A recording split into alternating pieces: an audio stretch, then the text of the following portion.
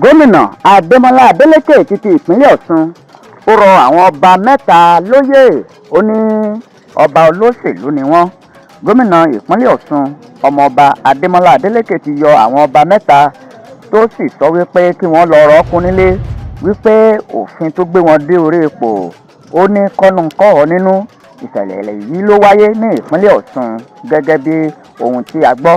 Àwọn ọba mẹ́ta náà ní Ọwá tìlú Ìgbàjọ, ọba Adégbóyèga Fámọdún, ààrẹ títí ìlú Ìrè, ọba Adémọ́lá Pọ́nlé àti Akírun títí ìlú Ìkírun, ọba Yunusa Àkádírì.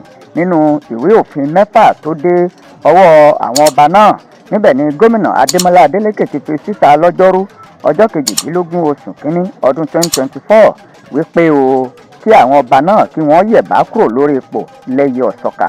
Ìwé òfin náà tẹ̀síwájú pé gómìnà Ọ̀ṣun tẹ́lẹ̀ Gbóyèga Oyètọ́lá ló yan àwọn ọba wọ̀nyí tó sì ní kùdìẹ̀kudiẹ àti wípé màgòmágó wà nínú bí wọ́n ṣe dé orí ìtẹ́.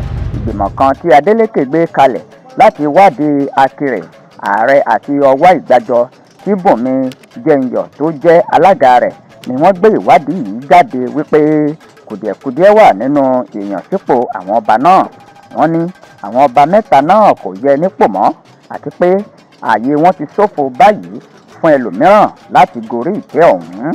Gẹ́gẹ́ bí ìwé òfin tí gómìnà gbé jáde náà ṣe ṣàlàyé, gbogbo ìgbésẹ̀ tí wọ́n ti gbé sẹ́yìn ó ní láti jẹ́ wípé wọ́n ní kùdìẹ̀kudiẹ nínú, bẹ́ẹ̀ sì ni a sì ti wọ́gi lé gbogbo rẹ̀ pátápátá. Ètò láti yan ààrẹ àti Ọwá Ìgbàjọ tuntun ni yóò bẹ̀rẹ̀ lẹ́yẹ ọ̀sọ̀kà. Wọ́n fi kún un pé káwọn olóyè tí wọ́n gbé ẹjọ́ lọ sí ilé ẹjọ́ kí wọ́n jáwọ́ lórí rẹ̀ àti wípé kò sí kinní kan tó lè yí padà nínú nǹkan tí àwọn ń ṣe. Bẹ́ẹ̀ ló rí fún Ọwá Ìgbàjọ, bẹ́ẹ̀ gẹ́gẹ́ náà ló rí fún àwọn méjì yòókù. Ìwé gómìnà yìí ló fẹsẹ̀ múlẹ̀ ní ti Akírun. Gómìnà sọ pé ipò ọba náà sì ṣí sílẹ̀ títí di ìgbà tí ìdájọ́ ilé ẹjọ́ kòtẹ́milọ́rùn yóò jáde lórí rẹ̀. Bákan náà ni gómìnà kìlọ̀ fún àwọn ọba yòókù ní ìpínlẹ̀ Ọ̀ṣun tí wọn ó fèwé agbẹjẹ́ mọ́wọ́. Ẹ jọ̀ọ́ ẹ bá subscribe, tẹ̀mí gbá ẹ lọ́wọ́ rárá, ẹ bá subscribe.